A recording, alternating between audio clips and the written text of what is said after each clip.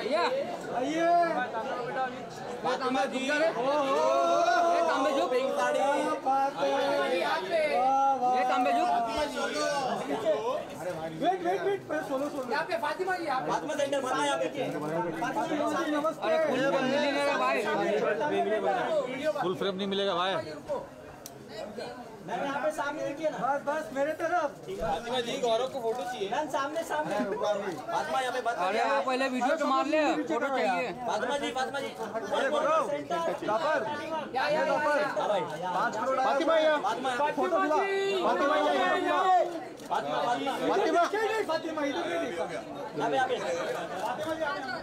आइए दोनों का एक साथ सामने।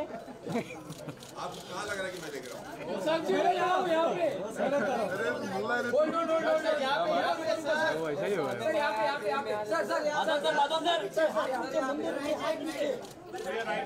मैडी सर यहाँ पे सामने ये साइड फोटो चाहिए। अभी नहीं पूरी परिवार चलो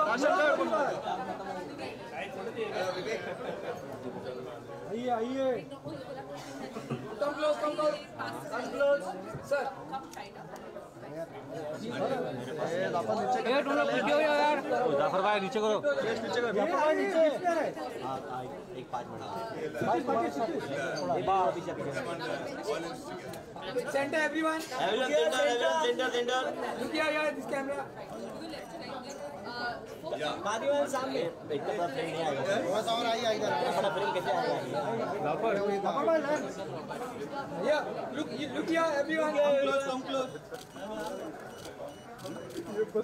तो फंसी पूरे फंसा दिया उसको यार। अरे सेंटर वाला भी फातिमा जी लुक हियर मन फंसा दिया।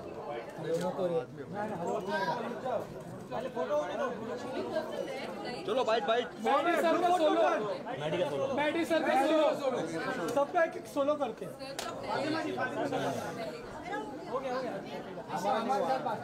जाफर तो 5 करोड़ का फोटो तो हुआ। अरे शायद सर इधर देखा ही नहीं। जाफर थोड़ा हाथ नीचे, थोड़ा पीछे आ जा बस। सर इधर हूँ मैं, सर इधर हूँ। यही बंदा है। सर आपका बड़ा फैन इधर है।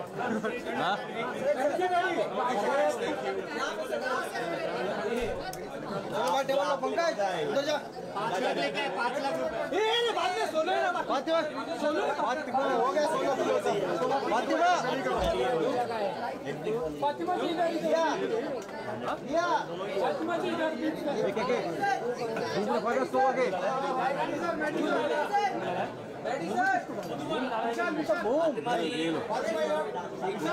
अभी नहीं डालोगे ना?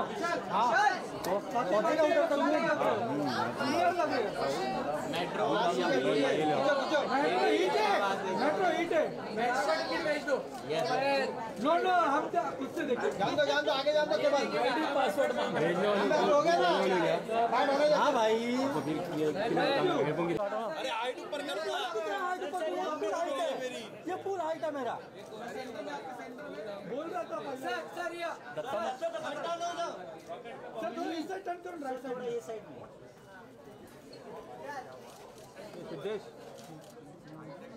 पीछे से देख पूरा फ्रेम भरा हुआ है। Ready splendid. एक शब्द ना आपके किरदार को वो तो वो बताएंगे, मैं वो उसके बारे में मैं नहीं कह सकता। नहीं, मैं ये कहना चाहूँगा Maskhara is for my character and for the film Pyaar Dilwala. Ji experience बहुत खूबसूरत था। खूबसूरत इज़ द वर्ड। मैं भी यही बोलने वाली हूँ। Emotional. For me, the journey of that character was very emotional, and my relationship with everybody on the film, so very emotional for me. मेरे लिए भाई साहब भरा हुआ प्यार, जो एकदम दिल को भर देता है ना, वो वाला प्यार। मेरे लिए जादू की झलक। Because after watching the film, आपको लगता है कि आपको किसी ने बहुत अच्छा वार्म हग कर दिया। फातिमा फैटी ऐसा ये लव स्टोरी में क्या है, स्टोरी में क्या है जो आपको यस करने के लिए व्हाट आपसे पूछा जा रहा है। फिल्म की कहानी बहुत प्यारी है, बहुत ऑनेस्ट है और ऐसे लेयर्ड कैरेक्टर मैंने प्यार को लेके ऐसा लेयर्ड कैरेक्टर मैंने प्ले नहीं किया है, तो उस चीज़ को लेके मैं बहुत एक्साइटेड है। And who would want to work with किसी भी हीरोइन को पूछ लो, माधवन के साथ फिल्म है वो कोई मना नहीं करने वाला है। And Vivek has written a very beautiful film, जितना अच्छा स्क्रिप्ट उन्होंने दिखाया है और बनाया है। मेरा प्यार का जो सिलसिला है और जर्नी है वो रहना है तेरे दिल में से शुरू हुआ था। उस वक्त में भी उस उम्र के जो नौजवान है वो जिस तरीके से प्यार और इसका इजहार करते हैं, मैंने वही किया था। और इतने सालों बाद फिर से एक रोमांटिक स्टोरी करना, बीच में जब तन्नू वर्सेस मन्नू आया था तब भी एक एज अप्रोप्रिएट ही था, पर इसमें मुझे ऐसे लोगों के साथ काम करने का मौका मिला जो एक तो दिल से बहुत ही ज़्यादा खूबसूरत हैं और बहुत ही नेक हैं, बहुत ही कला से प्यार करते हैं। तो एक सेट पे जाना जहाँ पे इतना सारा प्यार भरा हुआ है वो एक एक्टर के लिए बहुत ही बड़ा ब्लेसिंग होता है। और उस सेट पे और उस उन लोगों के साथ एक लव स्टोरी को कहना जो कि एज अप्रोप्रिएट है, बहुत कम एक्टरों को मिलता है भाई साहब। तो जब मैंने ये कहानी सुनी और मुझे पता चला कि मैं एक 40+ ईयर का बंदा कर रहा हूँ, तो मुझे लगा कि इनका भी लव स्टोरी तो होता ही होगा। तो for me it was a wonderful journey from RSTDM to आप जैसा।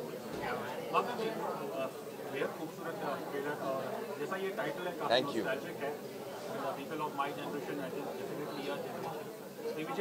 याद आती है हमें बिट्टू और the late great Nazia Hassan गाने की, बट बताओ when you were growing up in that era, कुछ यादें हैं उस गाने को लेके आप बता पाएंगे? हाँ, मतलब हम सबको प्यार था नाजिया हसन जी से। वो जिस तरीके से गाना गाती थी और जिन फिल्मों में उन्होंने गाया उनको अमर कर दिया था बेसिकली। और मतलब हमारा दिल टूट गया था when we realize that she passed away and that much. And उनकी आवाज़ की खासियत ये थी कि आप दूर में किसी स्पीकर से सुन लो, आपको तुरंत पता चल जाएगा कि वो उनकी आवाज़ है। And it was so beautiful, it was so soothing. एक ऐसा ईरा का याद दिलाता है जहाँ पे सब कुछ ठीक ठाक था यार दुनिया में।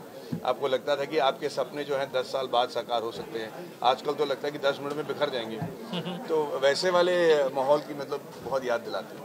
एक सवाल माधवन जी और फातिमा जी से है, जैसा फिल्म की कहानी है और जो लीडिंग कैरेक्टर है श्री और मतलब इनका सिंगल होना, इसके पीछे क्या संजोग है, माहौल है, इनके विचार है या फिर इंडिविजुअल चॉइस?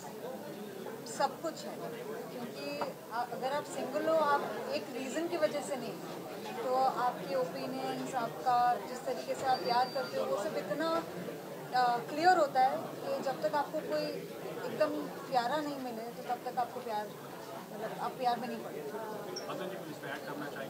हाँ, आजकल के ज़माने में हम लोग सब इकट्ठे होते हैं, सब भीड़ में रहते भी ना बहुत अकेला महसूस करते हैं भाई साहब। रात पे जब तकिए पे अपना सर रखते हो ना, आपको लगता है कि यार हमारे इर्द गिर्द हैं, वो हमारे नज़दीक हैं या नहीं।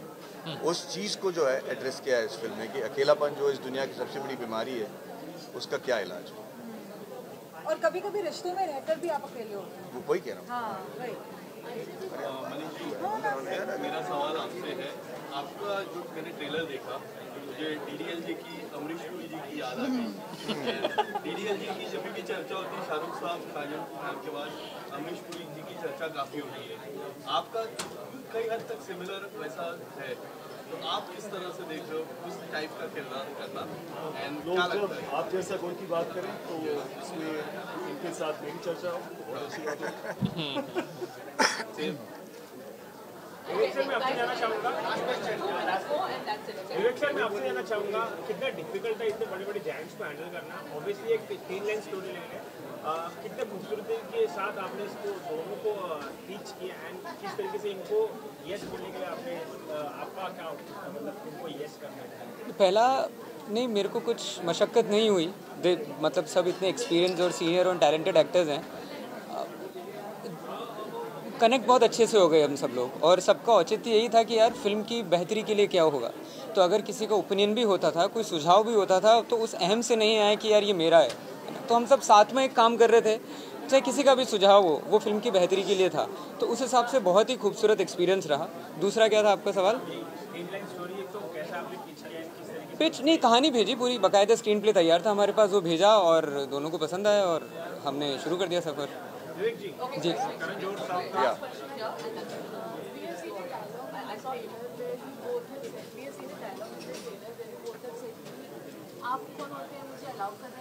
करेक्ट